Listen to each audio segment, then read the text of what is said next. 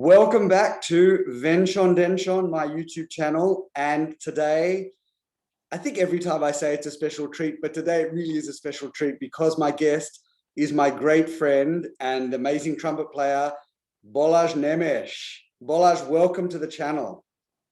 Yeah, thank you.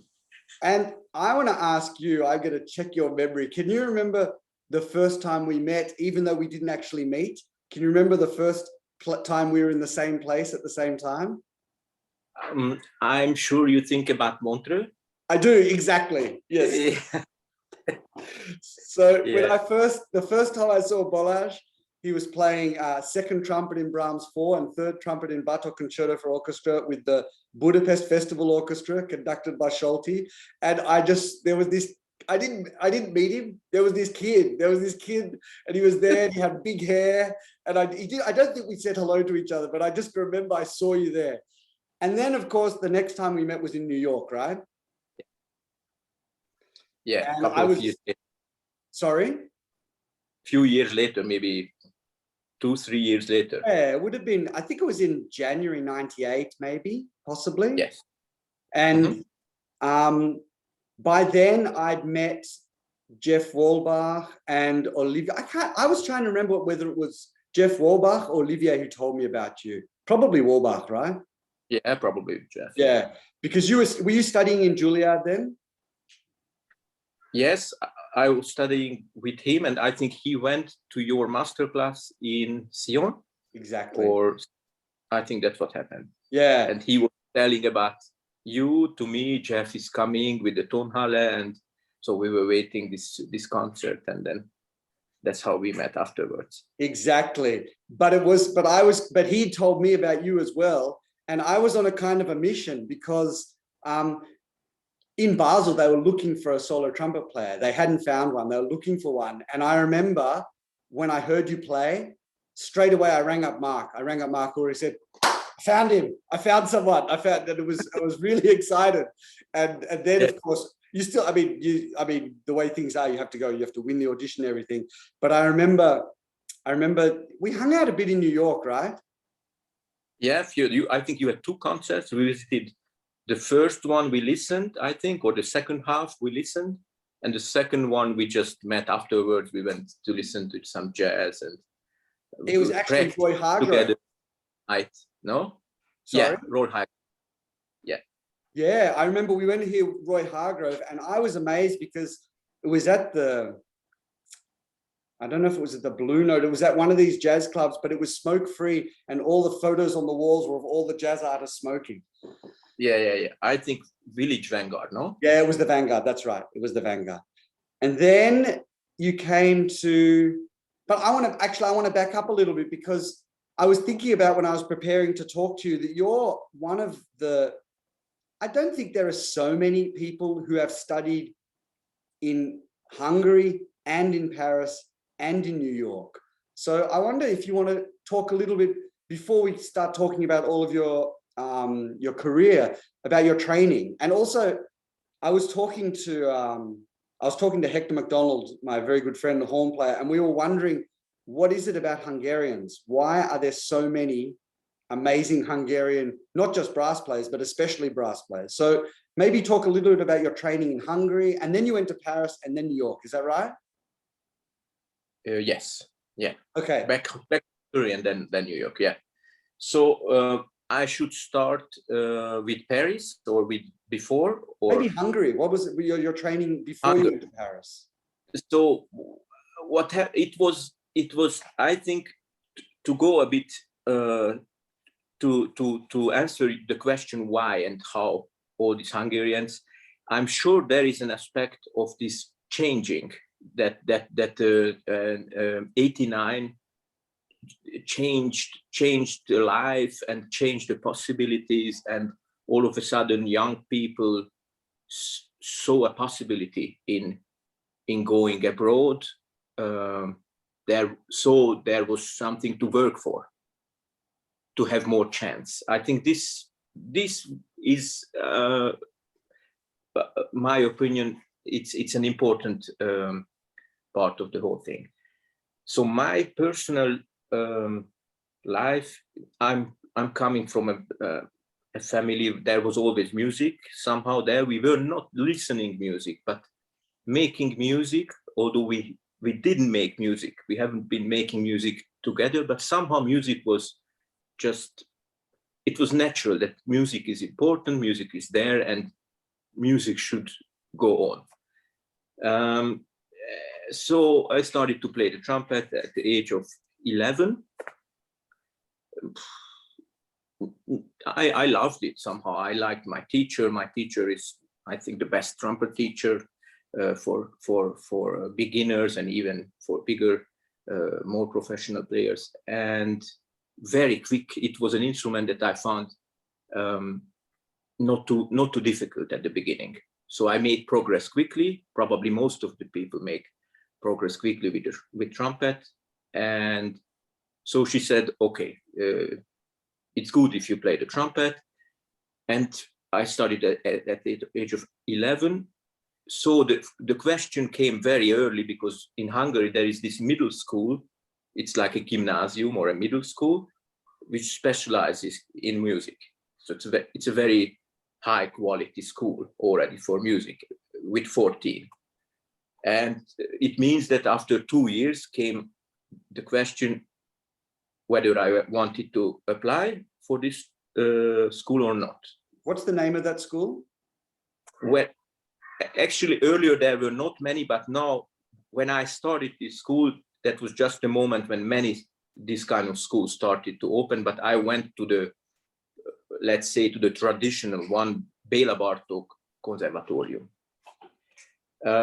So before that, my teacher quickly prepared me for a little competition, national competition, and I got first prize. And everybody was very surprised, because they were always the same people who got the first prize.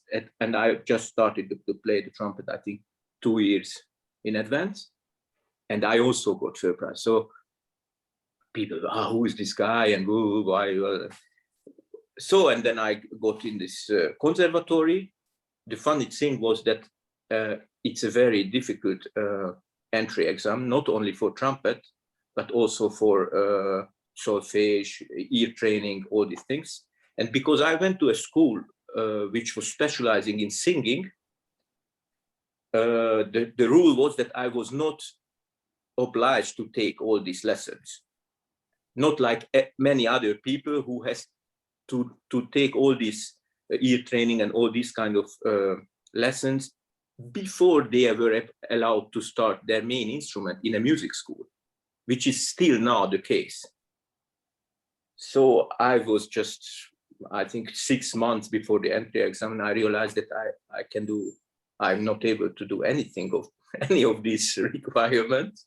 So that was a hurry up with and I'm so thankful to so many people that helped me to do this first professional step into this school.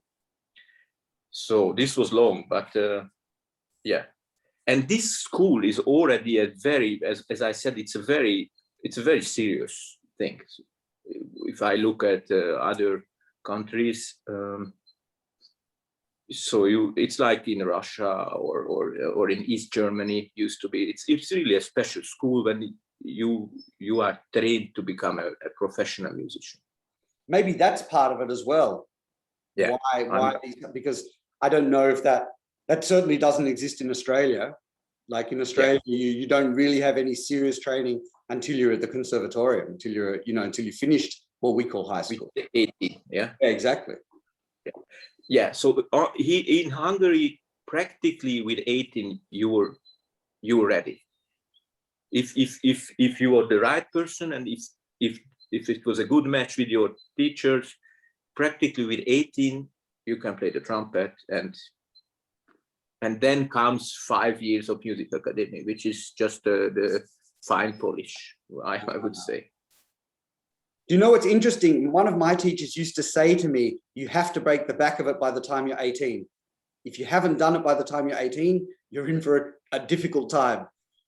And the funny thing was, I thought I had, but then I realized many years later that I hadn't at all. And it's still, all the next things. But it's interesting that this opinion, and but in Hungary they had an actual way of doing it, like an actual organized, serious school. I'm not sure that this is good. It's not the way of thinking about people. It's not this Western way of thinking about how precious is a person, how is life, how the soul of a person is, how untouchable, and no, it's more a factory. It's more like if you are good enough or well taking enough the whole procedure, we make a musician out of you. But there is a cost, and it's not for everybody.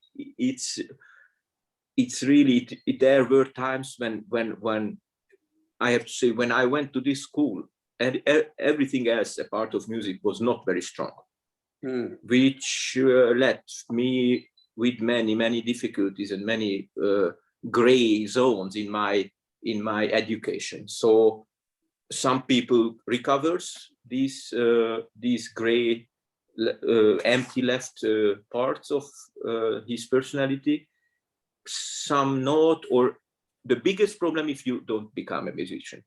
Yeah, because you don't realize, because you were not able to get a job or not able to get into a hoax, then it comes serious, because then you haven't been trained for anything else, and very early age. So I would not suggest this to everybody. It's not the golden way to, I don't know, if so you survive it.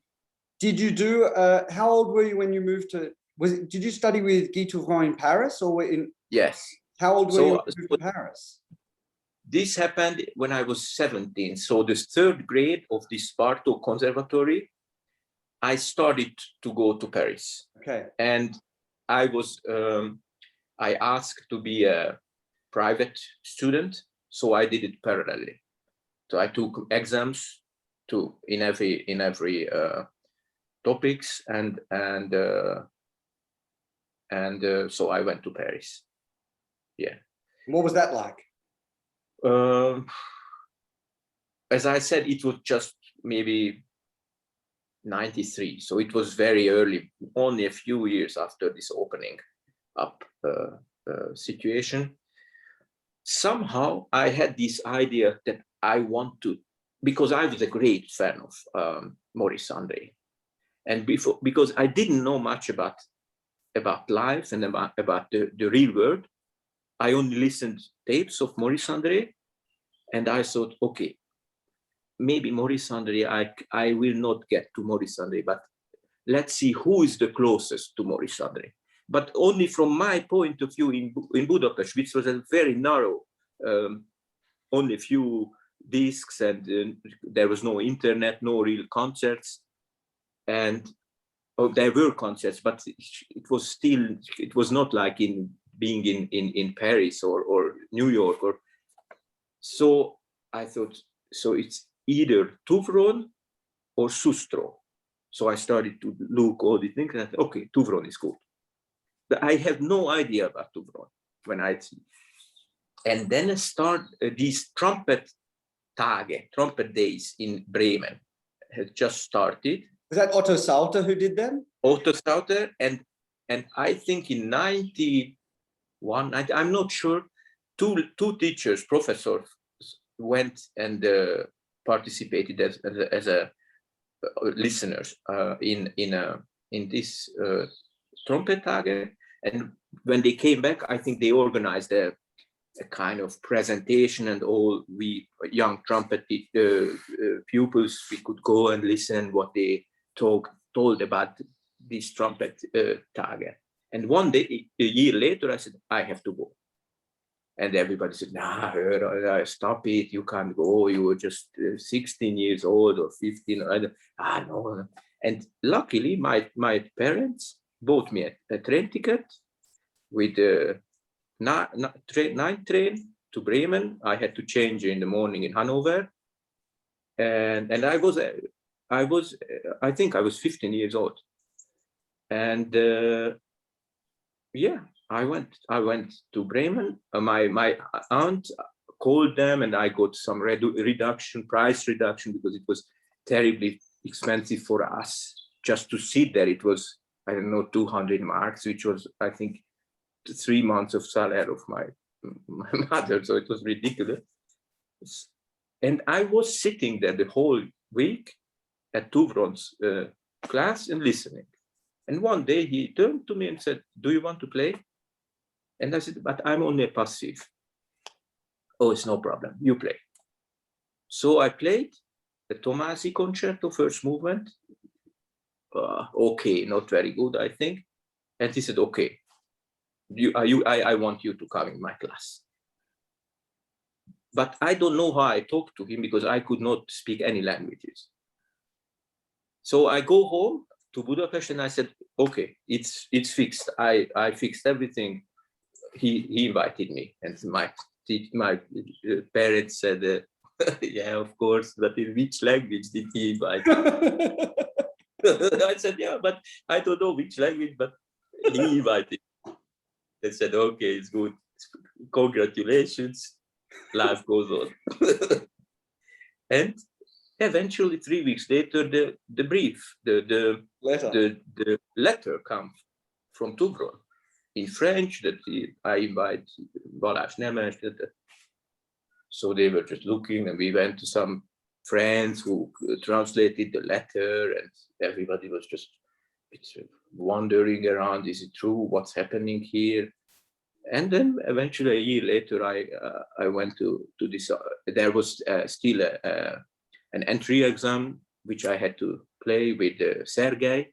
Sergei and myself, we took the same entry exam to Guy's class, and we were luckily both accepted. Sergei Nakariakov. So, yes. Wow, what year was that? I'm not sure if it was 93, 92. I was 17 by the time I arrived to Paris. So it must have been 93, I think. Because that must have been after he had already come to Lausanne and made the record with us. He came to Lausanne. Yeah, of course. He came into Lausanne and did in a couple of days Haydn, Hummel, Tomasi. Yeah. Haydn, Hummel, Julliard, I think. Yeah. I think he already released 4 or 5 discs at Teldec, but I don't know. They just moved to Paris, and I don't know for what reason. I think he needed a diploma. I don't know why. What was the reason he took these lessons, which were not always tensions-free, because he was a. I think at that moment he was almost more famous than Guy, or started to be very famous. Big labels and big supporters. He was a fantastic player, and he is a fantastic player. So this was Paris, and it lasted 2 years. Lots of. It was one of those situations. I don't know how interesting is this for trumpet players, where when you get in it, I was always a bit too young. I found myself in situations in life when I was not in the right environment. It's not a very trumpet talk. But this my channel is not just for trumpet players. Give an example. Tell us about it.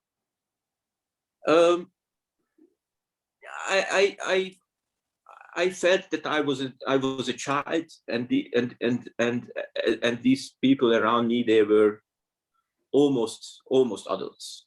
So where were you living? Were you living with a family, or how did you? Yes, the first time I lived in an apartment with a very old guy who emigrated from Hungary, but I think in the 20s. He went in the Légion étrangère. I didn't want to know the reasons, but he I think he was at that time, he was almost 100 years old, or 80, 90 years old, very old and sick. And actually he died a few months later, and I had to quit the apartment, which was also very uncomfortable. I was 17 in Paris, not really couldn't really speak French, living in a banlieue, Villejuif, it's a South banlieue in Paris, and I had practically no money. So hard to find a new place. Situation at all. No, and a friend of mine, another Hungarian guy, studied also with Touvron, and then he took me to his place, which were an elderly couple, fantastic people, and actually I lived then there with them, and the year later, when this friend of mine already finished in Paris, I stayed there with them, and I had to pay them a very symbolic amount for everything. They treated us a bit like their children. Okay. As we were their children, and they were really, really fantastic people and took care of us. And I got lucky. Yeah. Yeah. So, but this is, and Touvron was for me very good. Although now I didn't even realize that conservatorium where I went to study with Touvron, it was not the right conservatorium. It was the small one, or the not the good one. But from Hungary, I didn't even know about all these things. I didn't know about Pierre Thibault. All the things I just knew Maurice André and the closest open connection, Touvron. Okay, so and then afterwards, years later, I realized, this was not the right thing. I should have go there and done this and that. Okay. So it worked out okay in the end. Yeah. At the end, I understood everything, but it was too late. But then you did go to. Then how did you go from Paris to Julliard? Okay, then I started to become more.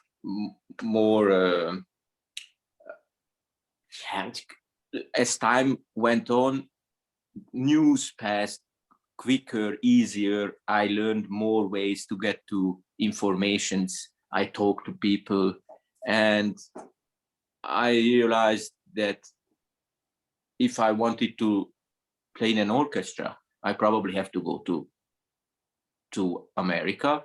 And also because there was one person in Hungary that studied in America, and this was Tamás Velenczei. Okay.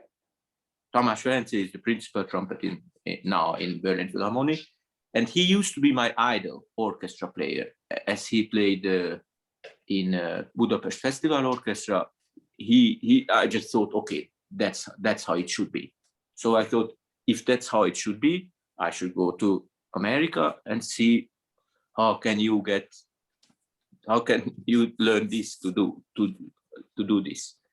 But this was also again a very narrow, not very open, just a little information. Okay, and then I went for this and made an audition, applied for. So everything was a bit harder then, as now with all this internet thing. You had to wait if they accepted your papers and so. And I think I followed in this thing Olivier. Exactly. Because I went and applied for the same teacher as Olivier. Which was Raymond Mays, right? Which is Raymond Mays, yeah. Also a great teacher. But then second year I changed to Mark Gould. So did you learn from Gould for a year? Just until I really moved to Basel, so maybe the first half of the year, because then I quit the second year. I didn't finish. Yeah. And but I took few lessons also for the before I came to you to prepare for the audition in Basel. I also took lessons with Gould. Right. Wow. So here's my question then, because you'd had your great teacher in Hungary, you'd had Guy Touvron in Paris, you'd had Ray Mays, you had Gould, and then you took some lessons from me as well. How did you, and of course you had your own ideas. I always remember you were never, do you remember when we were at my place and we were listening to all of my recordings of Mahler 5, we were deciding which one would advance and which one would not advance? Do you remember that?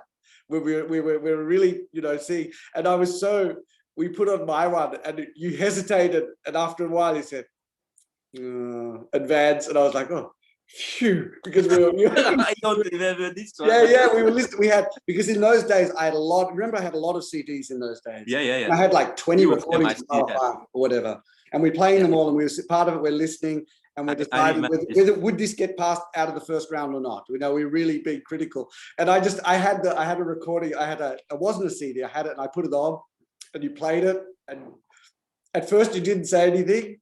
Then after a while, you kind of said, "Oh, advanced," but not convinced.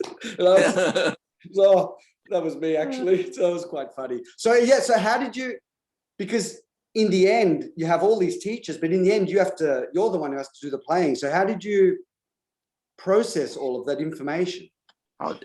How did I process? Again, I think I used not to be a very I just forced towards a goal in my own way. I think nowadays I don't do this with the trumpet, but if I renovate my apartment and I do myself, and it has to be done. You have all this stuff in your car, and all the stuff has to come in the apartment, tons of stuff. And I'm not a very strong person, I'm a very small person. But at the end, everything is in the apartment because it has to get there. And I think I was this kind of person. I just tried to go through. And this is not in every case, is not a very good approach. It makes lots of damage for yourself also, or also in your environment. But for certain things, it's a possibility for certain people. Well, it worked in Basel. You came to Basel and you got the job, and then when you wanted to go to Frankfurt also. Oh, yeah, I think that's what I wanted to ask you as well, actually, because in Basel they have very, very fine players, but I think, and also I was able to get my job in Zurich. I think they're a bit more open to, it didn't have to be in a certain style. But when you went to get the job in Frankfurt, I mean, they had Wolfgang Bauer and Reinhold. I mean, did you do any preparation? Because I can't remember when you got, I think I'd already left. No, it was a quick preparation. It was a very quick preparation because my girlfriend Birgit that time studied in Basel with Wolfgang, and they had a Klassenstunde, and I went to listen, and afterwards we had a few beers, and I think Wolfgang told me, yeah, come to the audition, but I think this was just a joke. He didn't mean it. He didn't really mean it. And so we went home with Birgit, and I said, Birgit, okay, why not? And I think it was 2 weeks before the audition, and then she lent me to a German B-flat trumpet and her mouthpiece, tilts, I don't know what. And then I started to practice. But I was in good shape, so, and I used to practice a lot that time, so it was okay.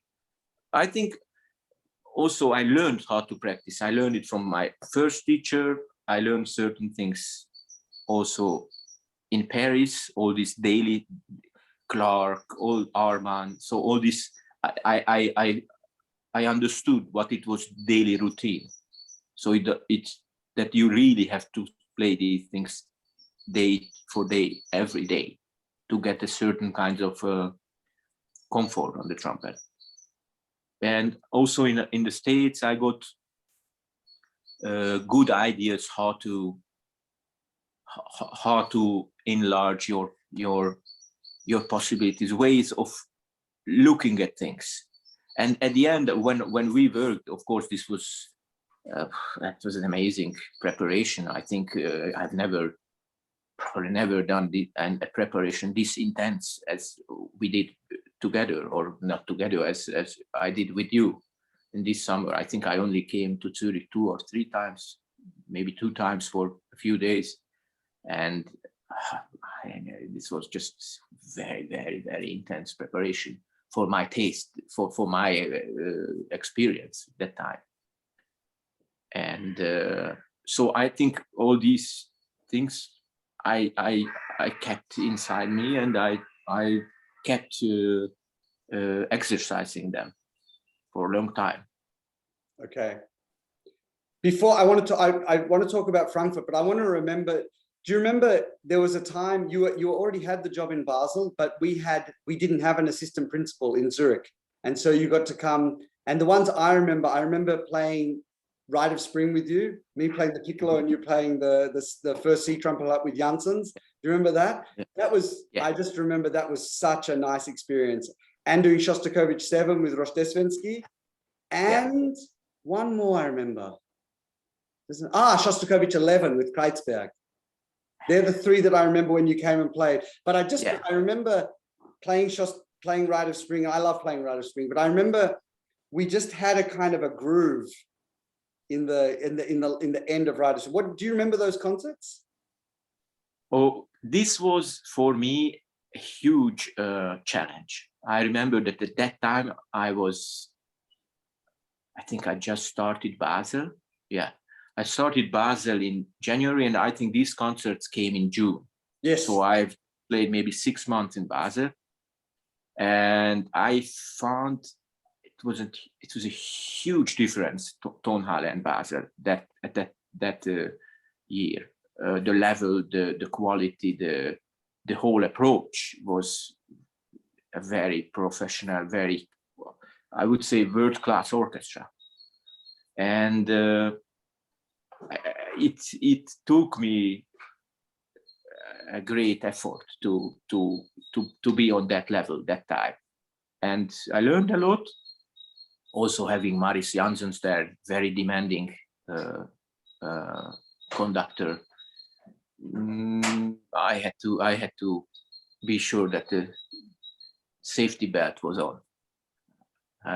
But I enjoyed it. I learned a lot then. I guess. Yeah, I remember this Rite of Spring. It was just on the edge all the time. Yeah, it was a lot of fun. I remember those concerts. They were really, they were really fun. And you let me play first in Scottish. Yeah, Mendelsohn. exactly. And a very, very tricky slow movement start. Or few licks, very tricky. These are the trickiest thing for a young trumpet player. It's not the heavy stuff. The heavy stuff you can play. But all this little hidden little stuff when good conductors know. Okay. Yeah. So then you got the job in Hessischer Rundfunk. And what I've been wondering, because I know I've told you about this before, I love to go onto YouTube and watch all the concerts with all of these concerts with the Hessischer Rundfunk. And it's by now, it's a huge library. I mean, you can go and, even there are some, like there are 2 Shostakovich 7s, there are 2 sets of Brahms, I think there are all of these concerts. Yeah. What was that like? Because I never experienced that of having, I guess, nearly every concert being done for forever. Like we would play our concerts, some were recorded, some not. But for you guys, was it all the concerts or was it just some? It looks like it's a huge amount of concerts. Well, when it started, at the beginning, we were kind of let's say in Germany, but almost worldwide, we were very much there at the beginning. It started about 10 years ago, a bit more. In the middle of Paavo Järvi's era, I would say.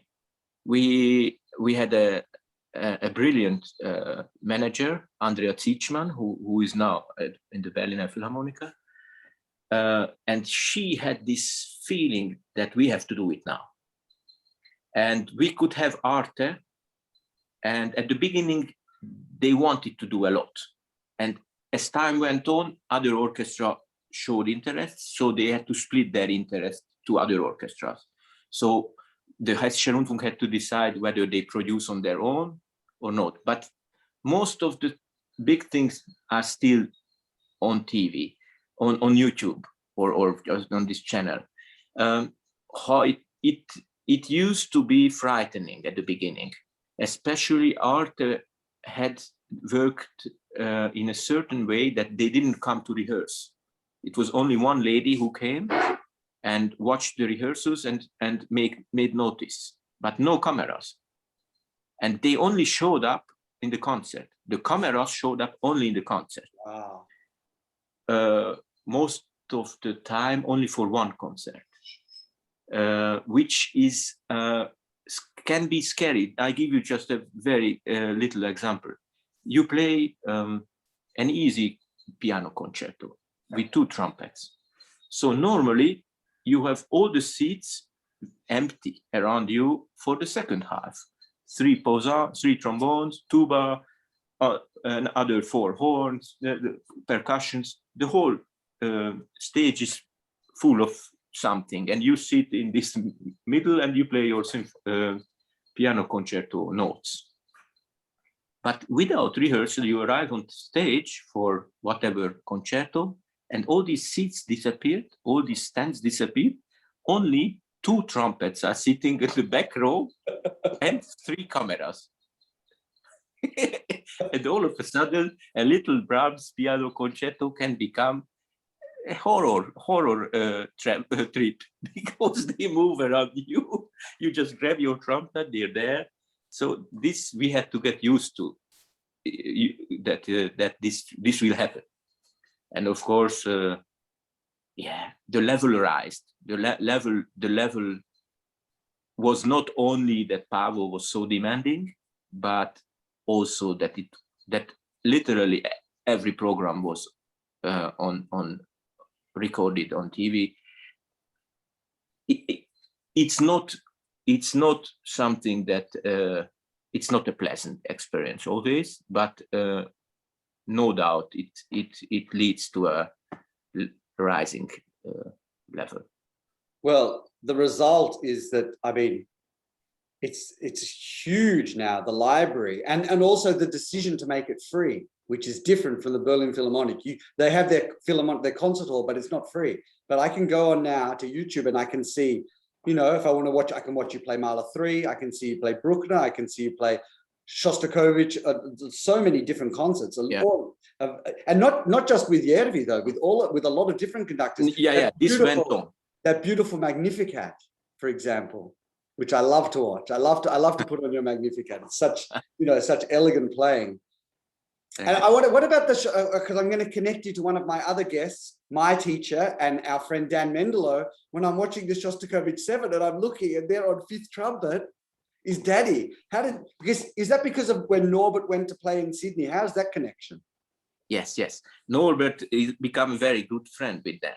I think when Norbert did this switching job with one of the colleagues in Sydney, they become very good friends. Norbert has a great respect for Dan's playing, and then gradually, when Dan gradually stopped playing, or I don't know, played less and less, he visited oftentimes Norbert. So then he used to play. He played a few concerts with us. So this was one of these occasions when he accepted to play with us the Shostakovich, which was great fun. Yeah, great peace and great fun. So to play together.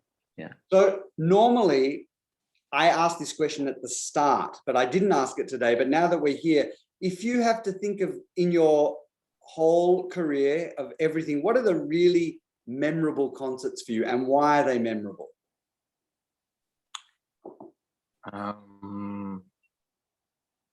Well, the very memorable concerts, I have many memorable concerts in the Hessische Rundfunk with Hayer.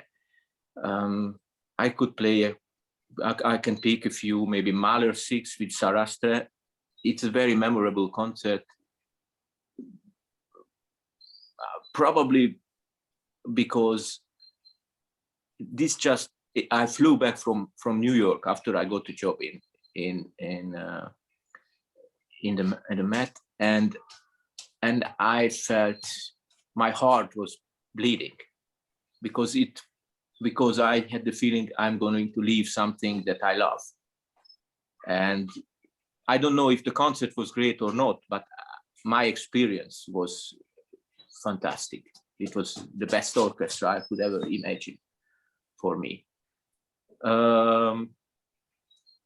Pavel was not yet chief. We played at Prokofiev 6. I don't know if you know this piece. A little bit. I know it a little bit. Yeah, fantastic. I didn't know the piece, and I think this was a fantastic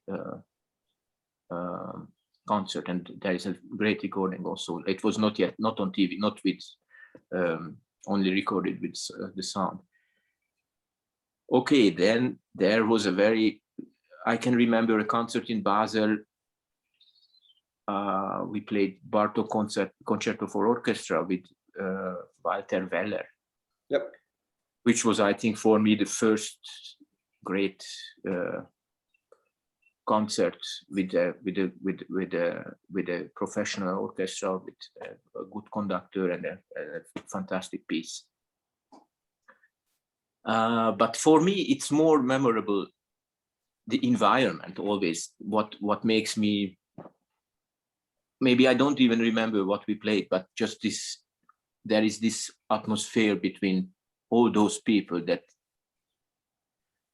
I mean, this how people get invested in these situations. It's, I think, that's very special. It's for everyday way of being engaged in a certain situation. It goes way further. That's my feeling, that all of a sudden people get connected on stage, and it's such a strong Verbindung. How do you say? Connection, or yeah. Yeah. What you said before, you did the audition in the Met, and then you came back for this Mahler 6. So yeah. What was the story with how did that happen? Why you went over, you did the audition, you won the job, but you went there, but you didn't stay. So what happened in the Met? Why? I think because I admired Mark Gould. Was it his job? And I knew it was his job. Okay. I admired him, and when I studied in New York at Julliard, this was one of the jobs that were just the dream job. Yeah. So by the time it was free, I thought, well, why not? And I think I wrote to Mark or called him, or I don't know what the way was, and I said, can you get me an invitation? And he said, okay, we can invite you in the second round because you're a professional, which meant that there were only 150 people invited. The second round started on Monday, went till Friday. Which I did, this was unknown for me, this kind of audition. Okay, and then I prepared very well. I can remember that at that time I was playing a lot in NDR in Hamburg. And that everybody knows, if you are subbing somewhere, then you have lots of spare time. So I had a good hotel and lots of time to practice. So I was practicing a lot and was in good shape. And it went well. I played well at this audition and got lucky again. And this worked out. And then somehow when I got there and we started to play, I realized that first of all, I was not ready for this playing in the pit all the time. This darkness, this not being on the stage, this going 4 level under the ground level just to get to your locker, all this other way of from the sun being to the darkness. Yep.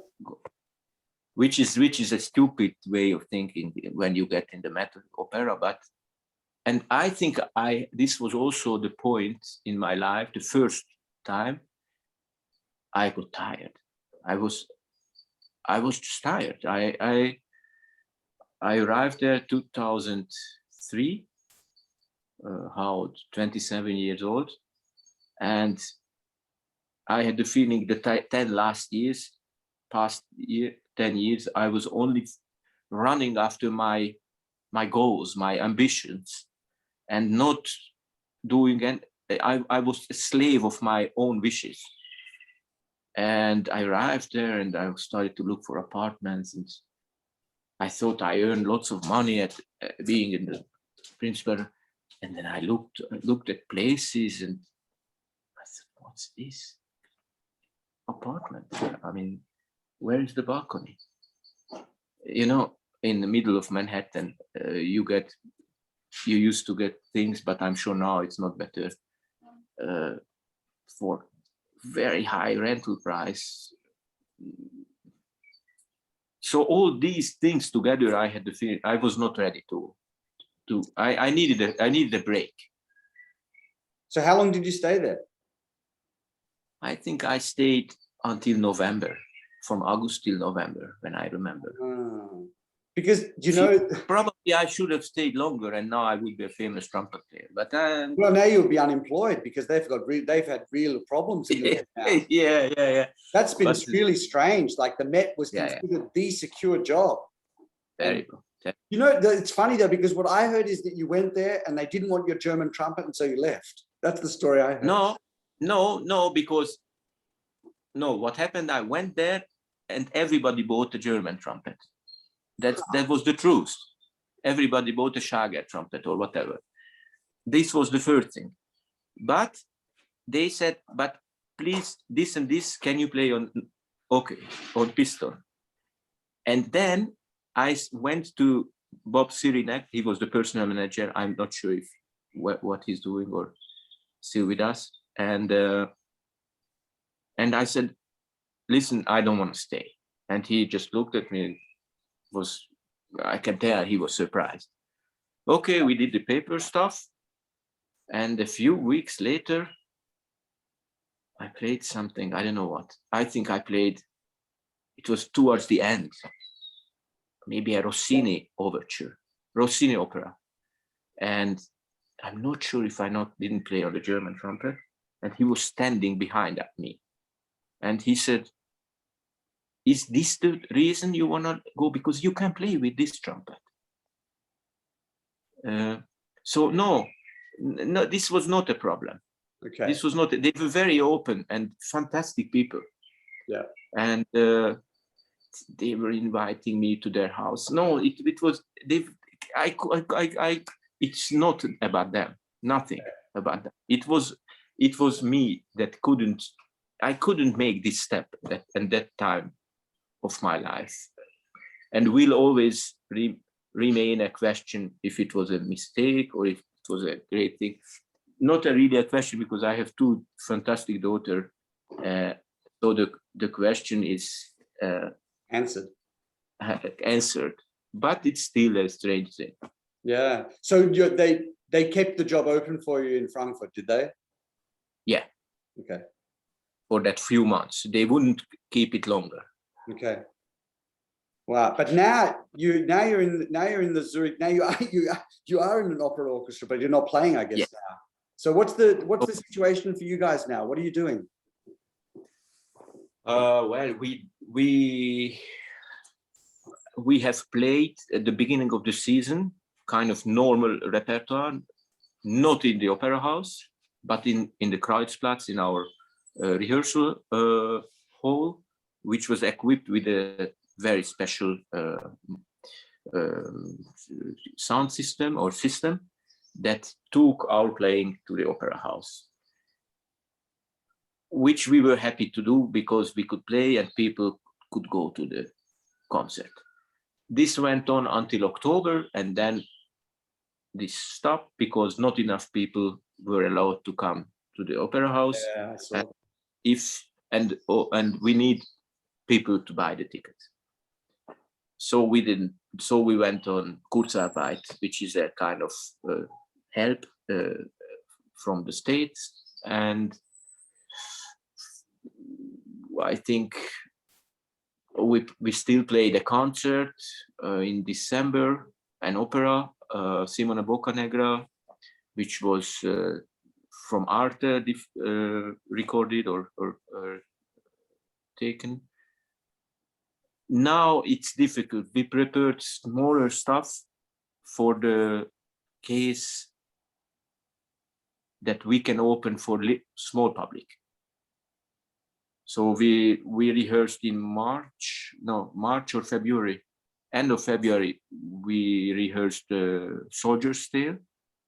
Oh, nice. So yeah, it's nice without conductor. It's a big challenge, and with a bit acting also. So 2 groups rehearsed, so we can play that. Once we can play, we can do that. I think a small group rehearsed Dvorak Serenade. I don't know. We might do something with the big brass ensemble once there is some opening. I saw you playing with the Frankfurt Brass Ensemble. Yeah. So you went up there. You went up to do that, did you? I'm still under contract until end of August, because my program just ended. My program just ended in January, so the contract goes till end of August. Okay. So I go time to time and play. We did the brass. We did last week some Mendelsohn. I played. Nice. Yeah. It's a slow transition. Yeah, of course. And what about teaching? Have you done much? I don't know anything about you. Have you done much teaching over the years? No, not. I never got a job as a teacher. Probably better for everybody. No, I don't know. Some people ask me for lessons. Some of them come back. Others don't. I'm not really into playing the trumpet, which is a funny thing on an interview about trumpet, because somehow my interests are all over the place. I think you know this. Of course. And I like playing music. I like being part of a musical happening, production, get together. But I'm probably not the right person for many things if you are interested in playing the trumpet. If we share some kind of something with this certain person that comes to me, then I think it can become a good thing and maybe end up not playing the trumpet much better, but have another benefits from life. I don't know what, because it's different with many people. It's different. Maybe even the trumpet will be better, but because I'm not sure that I think the interest is not there. And if you are not interested, then another person comes and that's me. I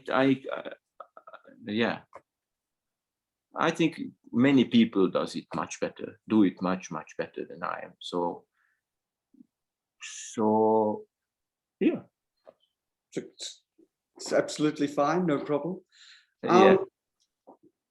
Well, as you've made a couple of references, about the trumpet interview and all this. The reason that I wanted you to be on my channel is because my vision for this channel is people that have influenced me or inspired me. And you're one of those people, because I find when I would look at the even when I wasn't playing, I just started playing again a couple of months ago, but all through I never stopped really listening to music, and I would always find it so inspiring to look at to see you there in Hessischer Rundfunk playing these concerts. I found it really, really inspiring, and just knowing you. And I think that the audience of this channel, whoever it might be, and it won't just be trumpet players, because I'm going to be doing interviews with educators and Chinese medicine people, and martial arts people, vegan cooks. It's going to be a broad spectrum of people. But I think what they will take from hearing you speak is your authenticity and just the complete lack of BS. Like, you don't fake things, and you don't pretend something is something different than it is. And I think that to me is a huge quality, because we live in a world where so much is fake. And I think that's it's a huge compliment, and the biggest is that you tell me that I inspired you, because so many times I'm sitting there or watching these videos, and I think about, Jesus Christ, what do they think about this? I mean, how do you look like there? Or I think I even think about you when you wrote me that you liked Magnificat, and I listened to the Magnificat, and I said, Jesus Christ, you listen to this Magnificat. I mean, this note is too sharp. This is too low. This is all this. It moves, so it's a huge. It sings. You sing, and the way you play it. I mean, everybody who's on and the great thing is that nobody has to die wondering, because you can do 2 clicks and you can find this Magnificat. So anybody watching this, I would like you to go to the Hessische Rundfunk page, find the Magnificat and listen to it and enjoy it. And also the Mahler 3 as well. And many other performers, Shostakovich 7, but it's beautiful play. Do you know what I also just realized? You have some birds there, right, in your apartment. Is that right? Is it loud? Yeah, outside. Yeah, because throughout the interview, I thought, what's going on with the sound? And I just then realized that it's the birds, that there are some birds. Yeah. It's very loud. I know, I just heard it. I was trying to work out if it was my microphone or what was going on. But birds. Yeah, but no, and I think really anyone, of course, there will be trumpet players that will watch these interviews. And I really encourage you to go to the onto the Hessische Rundfunk, the HR YouTube channel, and look at all of these fantastic performances. And then, but it's your authenticity. And I saw that authenticity even when you were this kid in the festival orchestra, just the way you were looking around, like you were, there's nothing fake about you. And I wish I had a photo. In my mind, you had huge hair then. Did you have big hair then? Yeah. And you were there, and also just the way you were looking, everything. And I didn't know then you were sitting next to a hero. So that must have been a big thing for you, playing with Tamás there, right? Yeah, and Tamás and Solti. I mean, this was at that time the best orchestra in Hungary. I was about 17, 18. And I mean, and Solti, George Solti was just a living legend. Of course. And it was a huge thing. I think I even passed my Abitur. I put my Abitur a year later because I wanted to do this experience. So yeah, this was fun. I remember you telling me in Brahms 4, this or the way he would